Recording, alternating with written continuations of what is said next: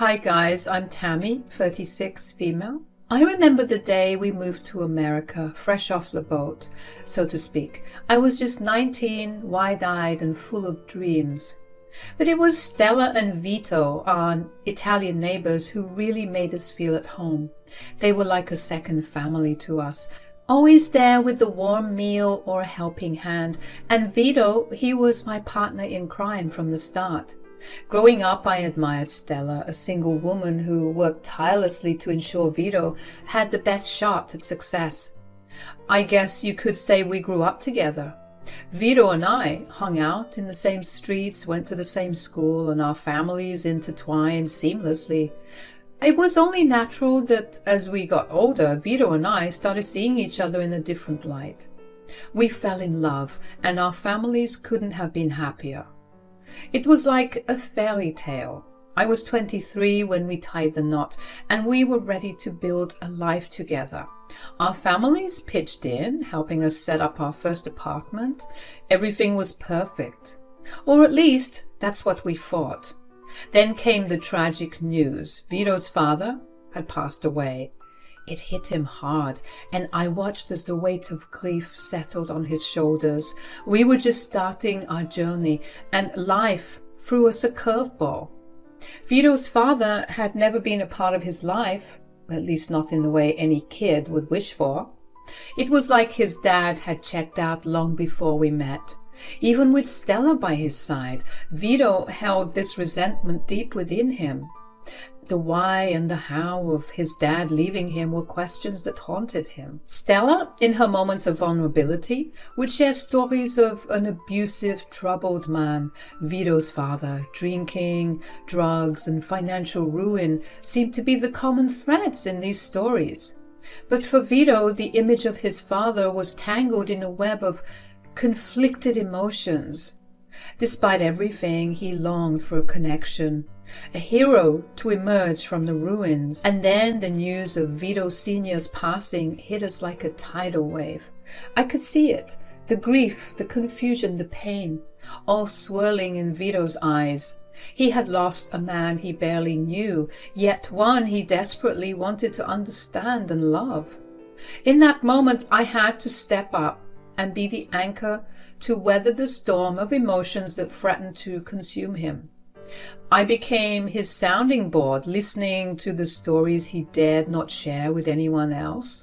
The conflicting feelings of loss and relief mingled within him. I held him tight, reminding him that he wasn't alone in this, that he had a family, a real one, right there. As Vito fought with the weight of his father's passing, I knew he needed to find his own way to heal. He sought solace in the bottom of a bottle, and initially I let him be. I figured he needed time to drown his sorrows, and who was I to dictate the pace of his recovery?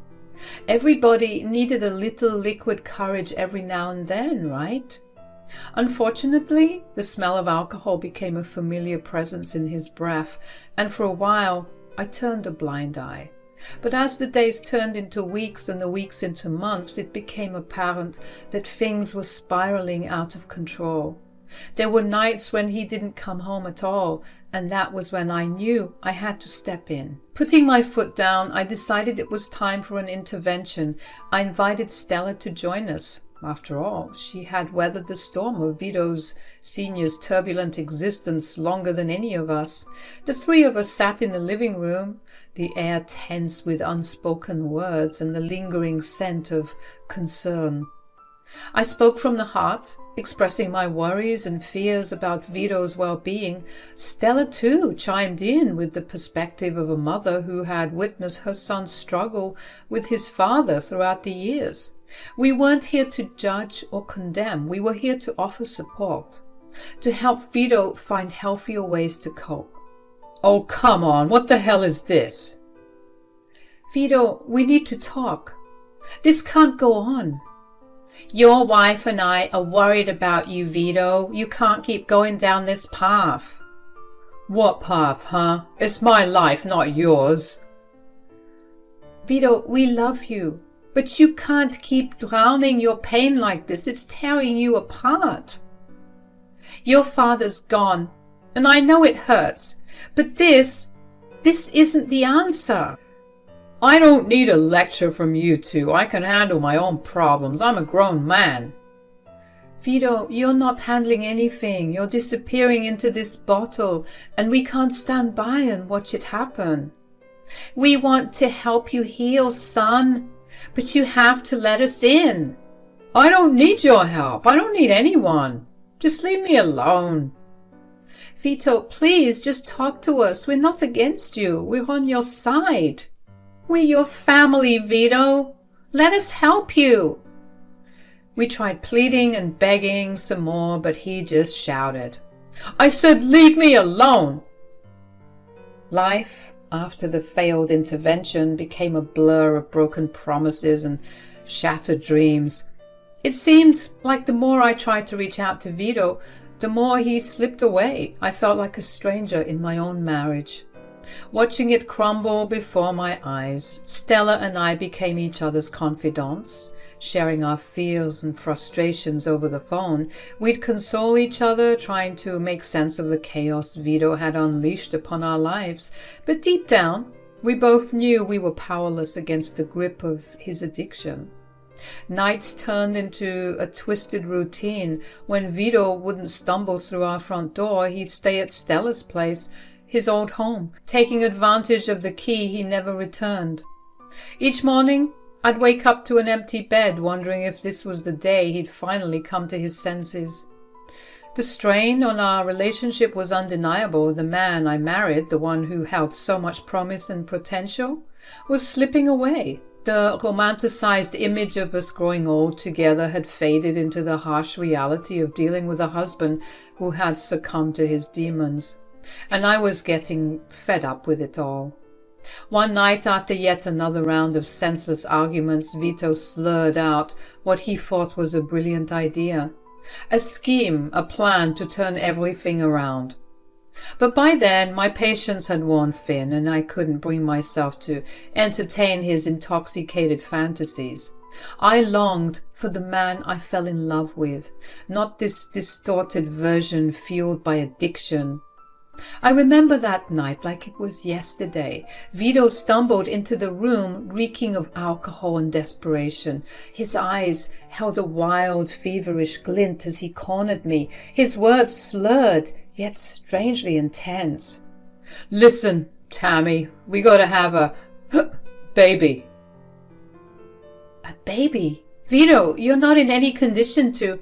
But he cut me off, his voice growing louder and more aggressive. No, Tammy, you don't get it. Having a baby, that's how you leave your mark on the world. It's how you show everyone you've accomplished something. I need that. I need to leave something behind. I shook my head, a pit forming in my stomach. Vito, you're not thinking straight. Bringing a child into this mess isn't a solution. We need to fix our lives first. I know you're still hurting from your dad's death. I don't care. I want this, and you should too. In that moment, I realized I needed a strategy, a way to get through to him without escalating the situation. I took a deep breath and said, Vito, I'll only consider having kids with you if you clean up your act. I won't bring a baby into a messed up family dynamic. You need to get your crap together. I hate what your father did to you and your mom, and I'll be damned if I let it happen again. For a moment, conflicting emotions flashed across his face. He seemed torn between the desire for a family and the acknowledgement that his life was spiraling out of control. Finally, he sighed, a defeated look in his eyes. Fine, Tammy, I'll do it. I'll clean up and get my act together. We'll have a kid, and everything will be perfect. You'll see, everything is going to work out just fine. After Vito blurted out that he wanted a baby, I spilled the beans to Stella about everything that had happened the morning after. She wasn't sure it would work, but kept her fingers crossed, hoping it would help Vito get his act together. Vito gave it a shot, trying to turn things around, but the same old cycle of quitting booze and then going back to it haunted him for 3 whole years. It took a toll on us, and I started to wonder if it was even worth holding on to a future that looked less likely each day. When I brought up the idea of leaving, Vito, maybe feeling desperate, made a big promise. He swore off alcohol for good, saying things would be different from this time. I was skeptical, of course, given the past 3 years of broken promises, but surprisingly, Vito stuck to his word and managed 2 years of sobriety. I was 30 at the time we were celebrating his sobriety, and that's when I told him I had the perfect gift for him. I revealed that I was pregnant, telling him that I had stopped taking my birth control a couple of months before so that this would happen. There were mixed emotions, but Vito's happiness overshadowed any doubts. He pledged to be the best dad ever, better than his father, and for the first time in a while, a happy family seemed like it could be a reality. After a smooth and peaceful 9 months, I gave birth to a beautiful baby girl named Kerry. Life seemed perfect for us and our little family, and things were going well between us all. I had a beautiful life, a beautiful daughter. Perhaps I took it for granted at some point because everything went to shit when Kerry hit the ripe age of 3. Around this time, Vito started acting all kinds of strange. He'd stroll in looking dodgy, and I couldn't help but wonder if he was up to some cheating or worse, a relapse. Sadly, my suspicions weren't misplaced. Turns out Vito slipped up one night during an office party and started on the alcohol again. He revealed this to me when I caught him one night sneaking in at 3 a.m. smelling like some cheap liqueur. I was disgusted. I didn't want this crap in my house, and I was this close to kicking him out because, like I said all those years ago, I wouldn't allow that nonsense in my child's life. I tried not to explode in anger, wanting to acknowledge the progress he'd made, but frustration got the better of me. I hoped that the battle with alcoholism was behind us for good, so I wanted to hear him out and see what triggered him to mess up so badly once again. Babe, I know how hard you've been trying, and I don't take the past couple of years of our lives in vain. It's been very good for us, so please tell me what the hell you think you're doing. Don't you know you've got a good thing going on? Yeah, Tammy, I know. I'm sorry. I don't know what happened. I think you do know what happened, and I'm not here to judge you. Just talk to me. Hello? Are you even listening to me? Don't piss me off, Vito. I'm being very patient with you, even though I should kick you out of this house for breaking your promise. Even though I was trying to get through to him, he just seemed very finicky, like my words were going in one ear and coming out the other. My frustration burst into a yelling match. I demanded answers, questioning why he insisted on wrecking our lives. Vito looked more anxious than usual, and finally let slip something that made me want to smack the snot out of him. Vito, what the heck is your problem? You've been acting so weird lately, weirder than usual. No, Tammy, it's not like that. Well, what is it then? Spit it out. I'm in some serious trouble, Tammy. I got into it with some shady guys. If I don't pay back these guys, things are going to get really bad. I was beyond furious, screaming, cursing at Vito for the colossal mess he had gotten us into. He was lucky that little Kerry was peacefully sleeping in her room, or our home might have transformed into a bloody crime scene. I demanded he spill everything, leaving nothing hidden. Vito reluctantly began to reveal the disgusting details of his situation. It started with harmless bets among friends, but soon spiraled into a full-blown gambling addiction. Perfect. On top of battling alcoholism, he's now a gambler. Just great. Anyways, he kept losing money, spiraling further into debt. Debt that I had no clue about until the moment, mind you. Vito confessed to borrowing money from some shady guys, assuring them that he would repay every cent and more. However, his losing streak persisted, and the shady guys grew impatient. Their threats escalated, vowing to visit our home and resort to violence if Vito didn't settle the debt. The rage within me reached new heights. I couldn't fathom how he'd let things escalate to this point. The safety of our family was now at stake because of his reckless choices, and I was done. And then in the midst of my anger, Vito had what he considered a brilliant idea. "But babe, I have a solution to all of this." "What solution? Unless 35 grand is going to fall from the sky, I don't see us getting out of this. You've seen how beautiful Carrie is. What if we put her in those pageant shows? She's going to be a guaranteed winner. I mean, just look at that face. And they're paying these kids a buttload of money, babe. I swear this is going to work." "No way, Vito. I won't let you exploit our daughter like that. Those pageants are toxic, feeding into this messed up beauty industry. I won't have Carrie paraded around like a doll for a bunch of perverts. And even if it wasn't so toxic, I wouldn't let you bring her into your mess." "But I'm serious, Vito. You got another thing coming if you think you're putting her in that pageant." "Babe, just listen.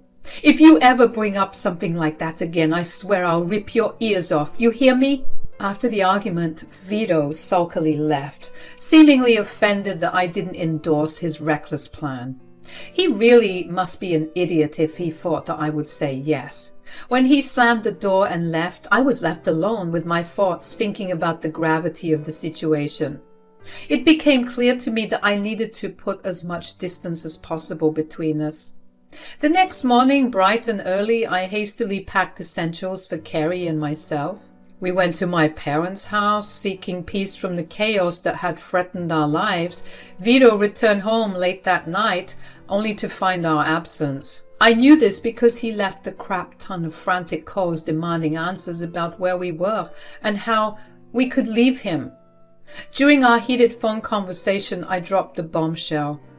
I wanted a divorce. The chaos and danger that Vito had introduced into our lives were too much for me to bear. I knew both Carrie and I deserved better. Amidst the heated exchange, Vito broke down, his sobs audible over the phone. Despite the emotional commotion, he agreed to the divorce, claiming he would do anything to make me happy. Thank God, Vito was actually very compliant with the clauses of the divorce. I said I wanted full custody of Carrie and that I didn't care much about settlements or hefty alimony. I just wanted to get away from that man before the crap hit the fan, you know. By the end of that same year, we were officially done. As you can imagine, this put a serious strain on my relationship with Stella. She understood my side of things, but of course, her loyalty was still with her son, so talking and hanging out was put at a halt. I was very sad for Carrie. She barely understood what was going on, but losing her father and her grandma so soon must have been hard for her. I'm hoping that when she's older she'll understand where I was coming from, and that I did everything to protect her. So 3 more years rolled by and Carrie hit the big 6. I managed to build a life for myself without Vito, chilling in a nice little apartment with my baby girl.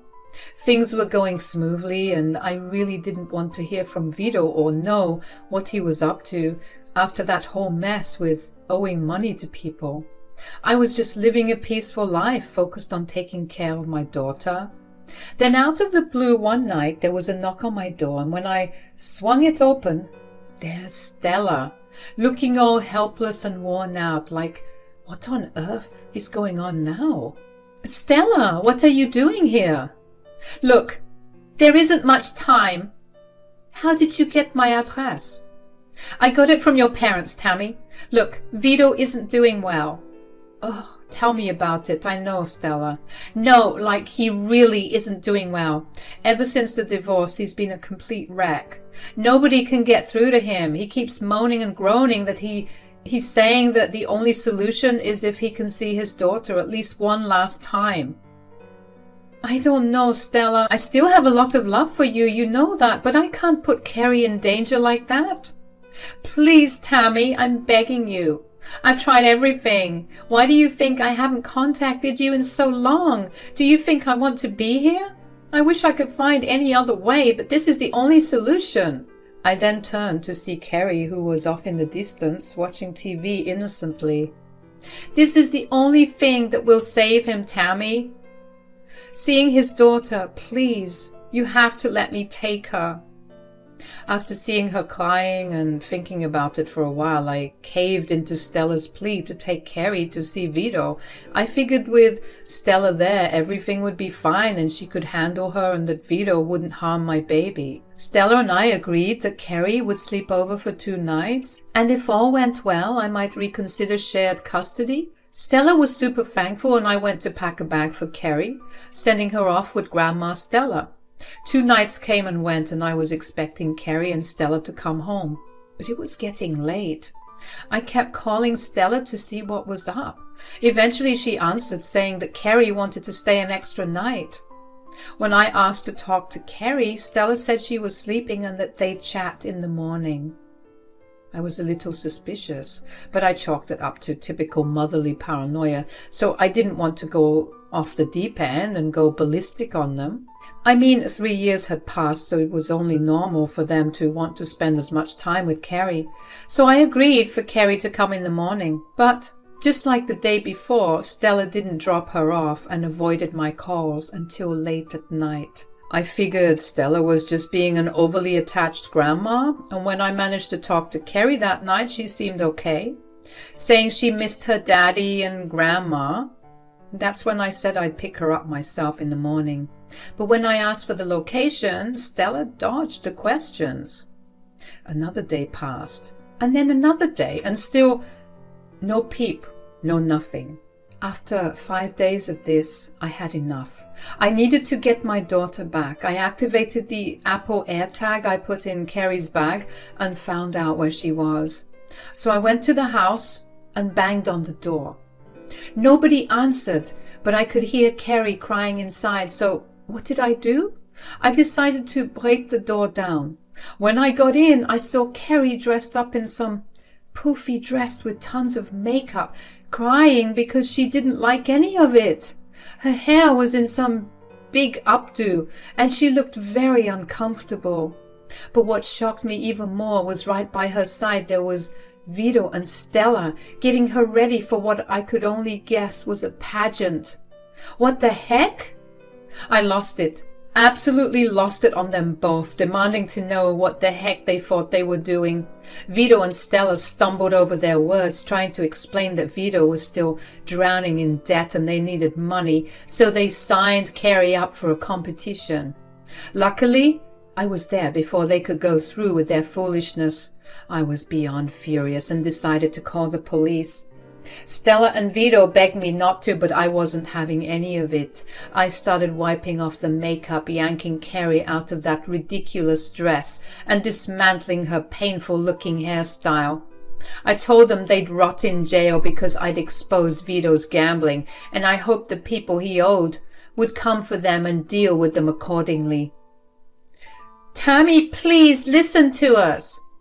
You know, Stella, when you came to me 5 days ago, I thought that you were being sincere. That's why I let you keep my daughter for 5 days. I thought that her trustworthy grandma would take care of her, as she promised. But clearly, I was wrong. I expected this type of crap from Vito, but you? This is a new low. You are both sick. I guess the apple didn't fall far from the tree.